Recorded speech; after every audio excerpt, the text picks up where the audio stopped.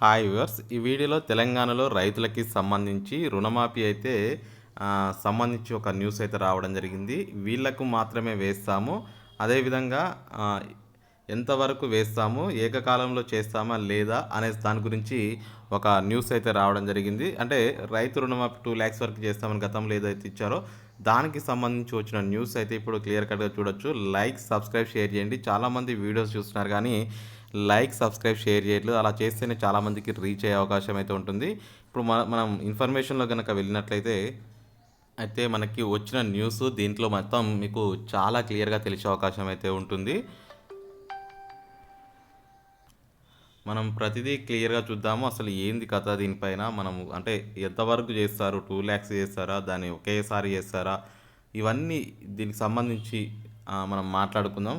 So, ఖచ్చితంగా చివరి వరకు చూడండి. చాలా యూజ్‌ఫుల్ ఇన్ఫర్మేషన్ తెలిసే అవకాశం ఉంటుంది.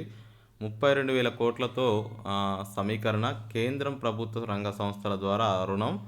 అయితే ఒకే విడతలో మాఫీ లేదంటే 2 విడతలుగా చేసేలా ప్రణాళిక. 30.50 లక్షల మంది కి అర్హులుగా అంచనా. కార్యాచరణ ప్రణాళికను సిద్ధం చేసిన ఆర్థిక శాఖ 20న మంత్రివర్గ సమావేశంలో తుది నిర్ణయం అని చెప్పేసి న్యూస్ రావడం జరిగింది. అంటే ఇప్పుడు ఓవరాల్‌గా 2,00,000 అయితే చేస్తామంటున్నారు. కానీ అది ఒకేసారి చేసే అవకాశమా? లేకపోతే 2 సార్లు అని ఆలోచిస్తున్నారు.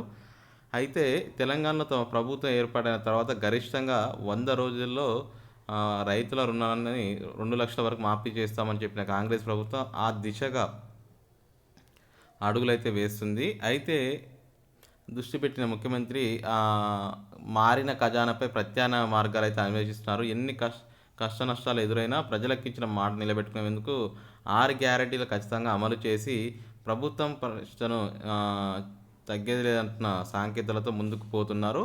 అయితే ఇక్కడ ఈ యొక్క ఎవరైతే గుర్తుపెట్టుకోండి, గోల్డ్ లోన్స్ గానీ, క్రాప్ లోన్ గానీ, అంటే క్రాప్ కాదు, మార్ట్‌గేజ్ లోన్ గానీ తీసుకున్న వాళ్ళకైతే ఉండదు. కేవలం క్రాప్ లోన్స్ తీసుకున్న వారికి మాత్రమే ఇచ్చే అవకాశం ఉంటుంది. గుర్తుపెట్టుకోండి. క్రాప్ లోన్స్ ఎవరైతే తీసుకుంటారో వారికే ఇస్తారు. ఖచ్చితంగా రేషన్ కార్డు ఖచ్చితంగా కలిగి ఉండాలి.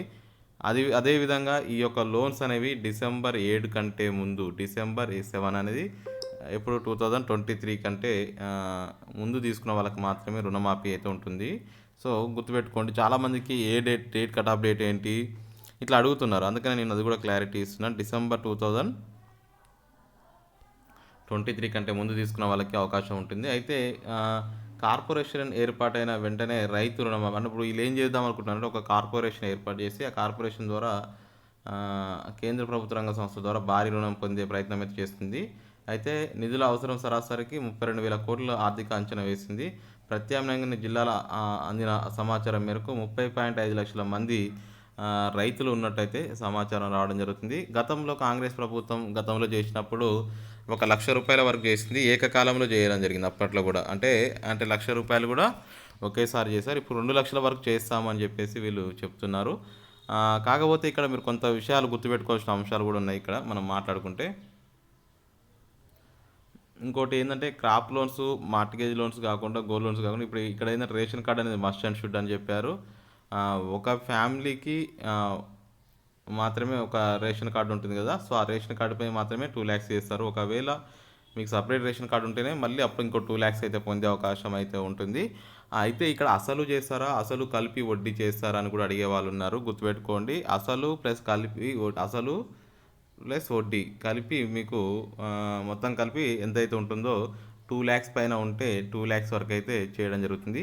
ఒకవేళ పైన ఉన్న అమౌంట్ ఒకవేళ మీకు అసలు వడ్డీ కలిపి 2,20,000 ఉంటే ఆ కట్టే టైంకి ఆ 20,000 కట్టమంటారు. ఒకవేళ 1,50,000 ఉందనుకోండి అసలు కలిపి వడ్డీ, అప్పుడు మీకు రిటర్న్ ఇంకా ఎందుకంటే మీకు 2,00,000 వరకు చేస్తన్నారు కదా!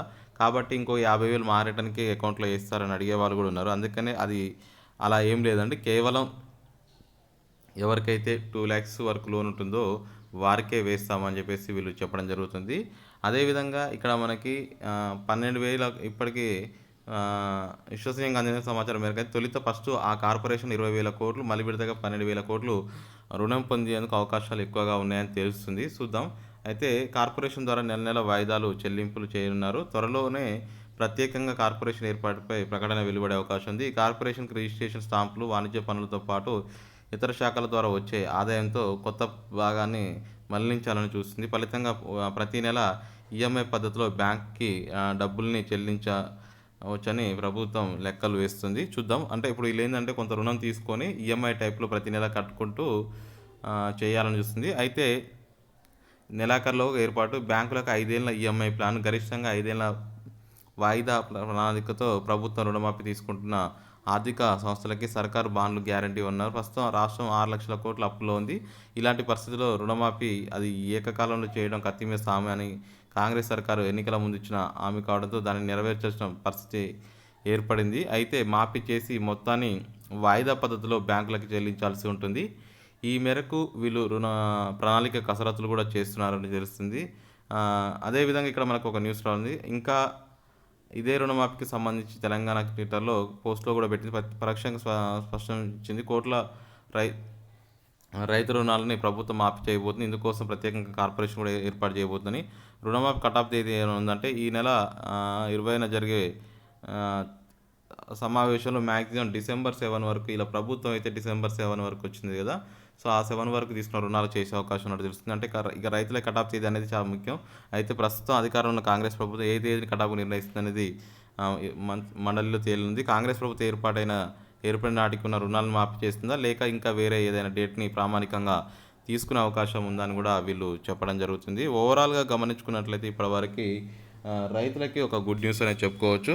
మనకి తెలంగాణలో 2 లక్షల రుణమాఫీ అనేది చేయబోతుంది. గతంలో మార్ట్గేజ్ లోన్స్ తీసుకున్న వారికి, అదేవిధంగా గోల్డ్ లోన్స్ తీసుకున్న వారికి అయితే ఉండదని క్లియర్ కట్గా చెప్పడం జరిగింది.